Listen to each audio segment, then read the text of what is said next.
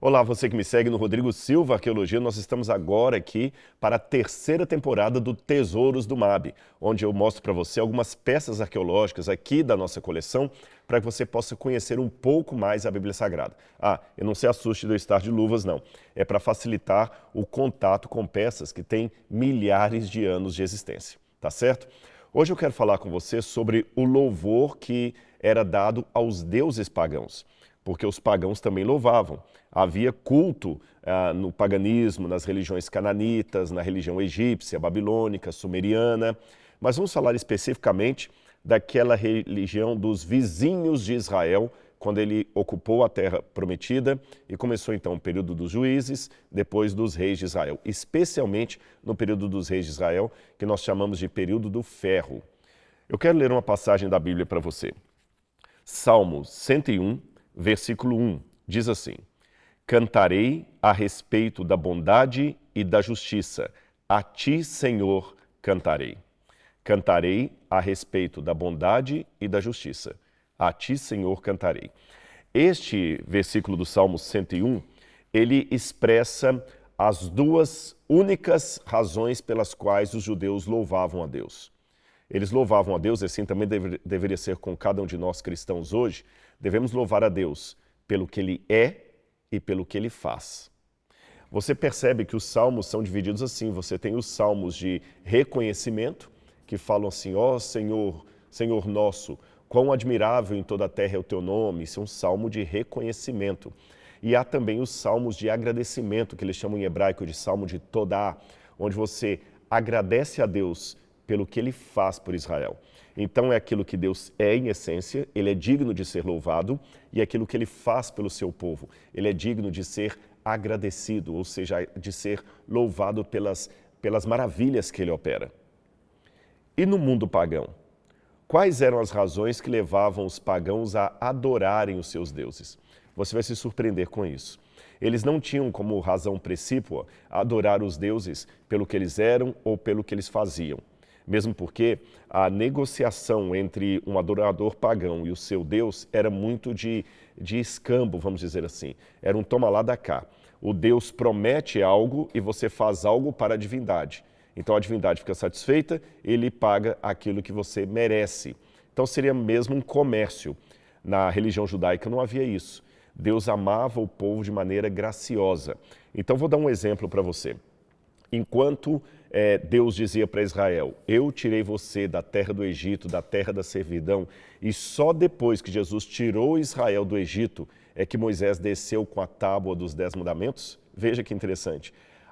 As ordenanças de Deus chegaram para Israel depois do livramento. Não que os mandamentos de Deus não existissem antes disso. A Bíblia fala que Abraão conhecia as leis do Senhor. Na época do patriarcal, você tem os patriarcas reconhecendo algumas coisas como sendo erradas aos olhos de Deus. Porém, em termos materiais, eu estou falando das 2 tábuas dos 10 mandamentos, estas só foram entregues por Moisés depois que o povo saiu do Egito. Ou seja, a ordenança veio depois do livramento. A ordenança não é algo que vai modificar, que vai preparar o povo para o livramento. Em outras palavras, Deus dá ordens para um povo que já está liberto por Ele. Aqui nós temos uma teologia da salvação muito interessante. Para ficar claro para você, eu não estou falando que as leis de Deus passaram a existir apenas depois do Sinai. Abraão já conhecia as leis de Deus, ele sabia que era errado entregar a sua esposa para Faraó, que aquilo era adultério. Caim sabia que estava errado matar o seu irmão. São mandamentos que estão no Decálogo. Então você vê que essas leis já estavam antes ali no período patriarcal. Porém, quando Deus tirou o povo do Egito, Deus não chegou para eles e falou assim: olha, eu vou dar para vocês 10 mandamentos, se vocês cumprirem os 10 mandamentos, aí eu tiro vocês do Egito. Não. Ele libertou o povo e só depois disso falou: agora cumpram as minhas leis, para benefício de vocês. Se fosse no mundo pagão, a história era outra. Primeiro, a divindade ou as divindades davam ordenanças às pessoas e diziam: se você cumprir isso, isso, eu vou te dar aquilo de presente. Aí eles faziam sacrifícios até humanos, como você vai ver em alguns casos ali mencionados até na Bíblia Sagrada e também na literatura cananita que a gente tem encontrado pela arqueologia. Ficou claro isso para você? Mas eu ainda não respondi a pergunta. Se não havia um ato de graça por parte dos deuses pagãos, por que então eles adoravam esse Deus? Não era em reconhecimento aos seus atos, nem à sua bondade, ou a quem ele é. Por que eles adoravam? Aqui vem um segredo que vai talvez chocar muitos de vocês. Os pagãos adoravam os seus deuses para seduzi-los. Isso mesmo.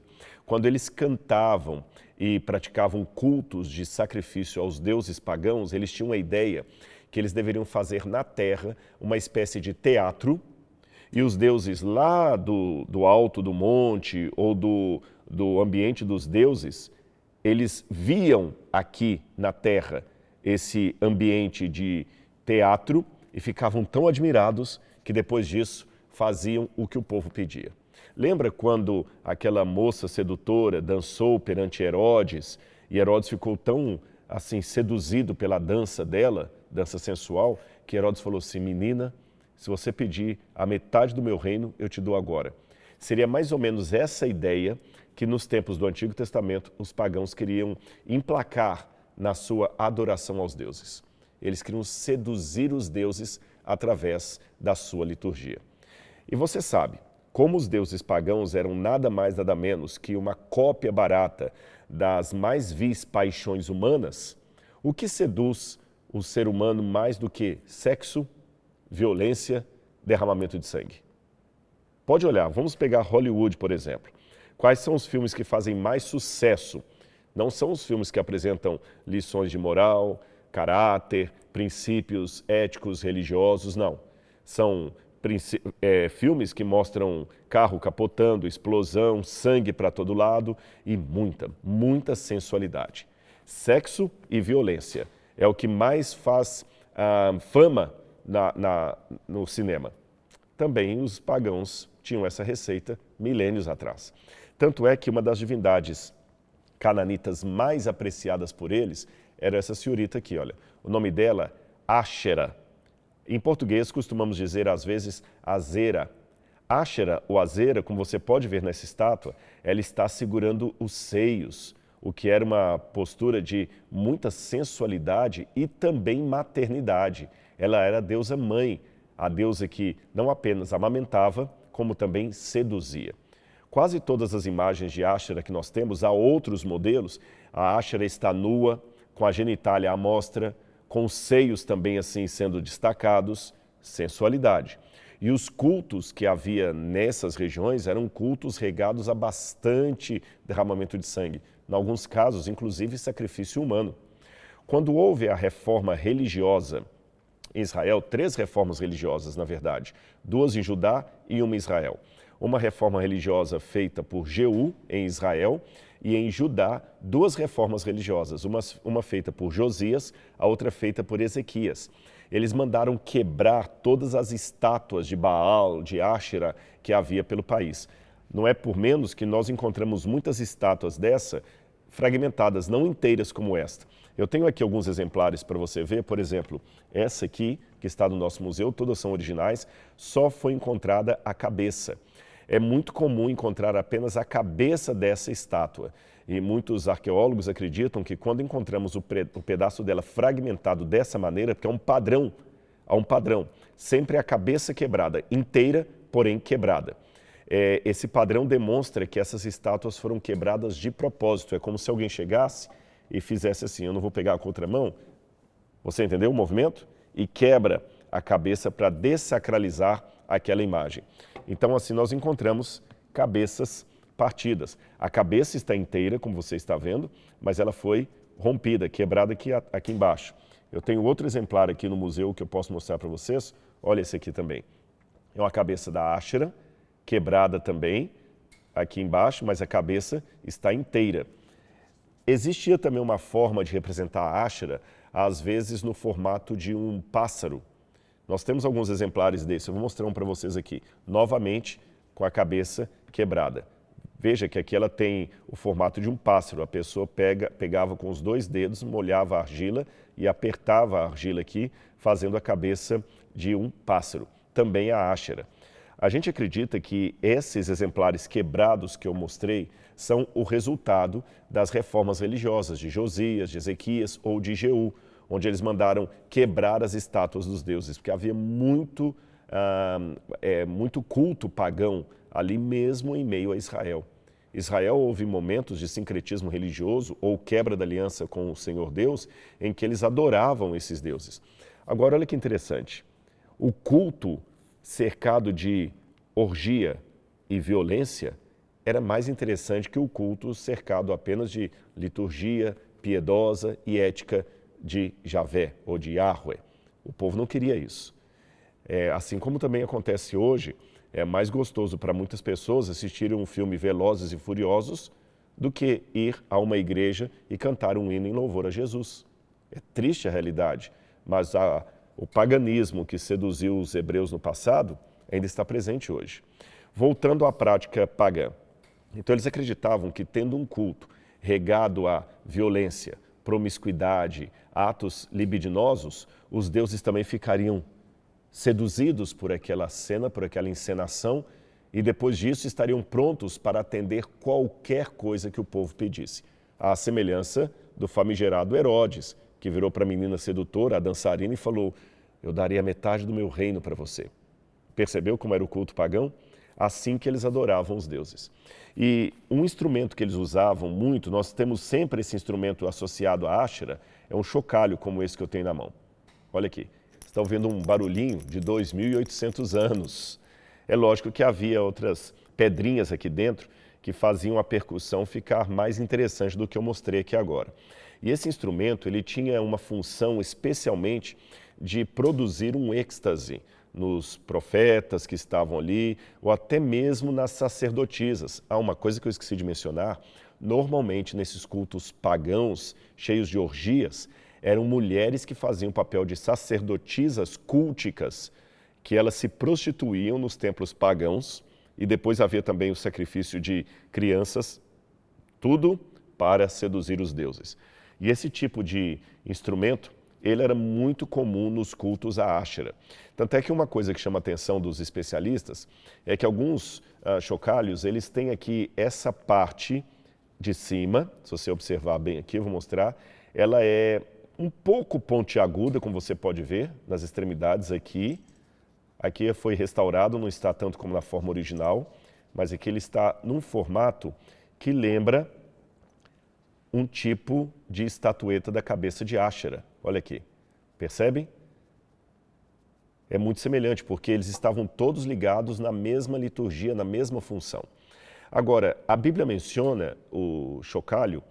Vamos ver uma passagem bíblica que não menciona o instrumento, mas o barulho que ele faz. Quando você vai a Ezequiel capítulo 37, versículo 7, aquela visão de Ezequiel sobre o vale de ossos secos, diz assim: então profetizei como me havia sido ordenado.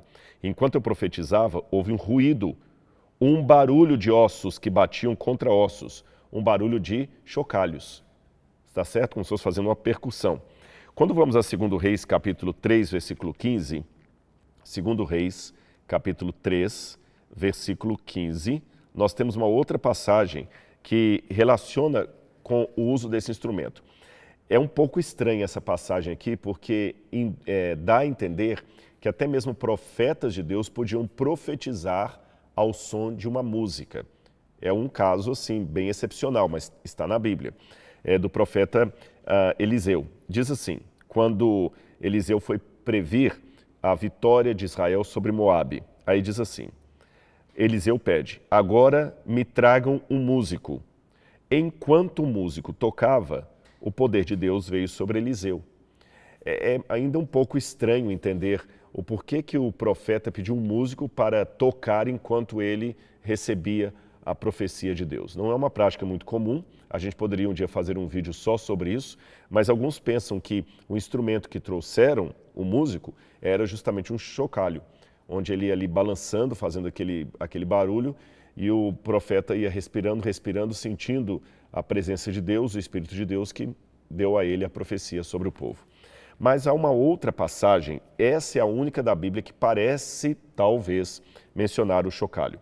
É 2 Samuel, capítulo 6, versículo 5. Segundo livro de Samuel, capítulo 6, versículo 5. Quando diz que a Arca da Aliança foi levada para Jerusalém, diz assim: Davi e toda a casa de Israel se alegravam diante do Senhor, com todo tipo de instrumento de madeira, madeira de faia, com harpas, liras, tamborins, pandeiros, símbolos. Onde está escrito aqui pandeiros, menanim, em hebraico, menanim, alguns acham que a melhor tradução seria sistros, ou sistrum. O sistro é justamente uma espécie de chocalho, às vezes feito de metal, quando Paulo fala assim, ainda que eu tenha tal dom, se eu não tiver amor, serei como o bronze que soa, como símbolo que retine. O bronze que Paulo menciona ali seria o sistrum, um instrumento, um chocalho, feito de metal ou também de barro. Então aqui alguns pensam que a melhor tradução seria Davi e toda a casa de Israel se alegravam diante do Senhor com todo tipo de instrumento de madeira de faia, com harpas, liras, tamborins, chocalhos ou sistros e símbolos. Aqui na minha tradução da Almeida, eles colocaram como pandeiros. Bom, porque o pandeiro também você bate e tem aqueles pratinhos ali de metal que vão fazendo o barulho semelhante ao do chocalho. Agora que você aprendeu isso a partir desses elementos da arqueologia, uma pergunta a gente deve fazer. Por que nós adoramos a Deus? Como apresentamos o culto que é realmente agradável ao nosso Deus? Apresentamos como os hebreus deveriam apresentar, reconhecendo a Deus como grandioso e bondoso? Estamos louvando a Deus da maneira correta, pelo que Ele é e pelo que Ele faz? Ou estamos querendo adorar a Deus da maneira pagã, seduzindo-o com uma prática cheia de princípios e atividades que não agradam a santidade de Deus? Algo a se pensar, algo a se refletir. Espero que você tenha gostado dessa curiosidade e fique conosco porque em breve, semana que vem, teremos outra curiosidade aqui no nosso Tesouros do MAB. Até lá!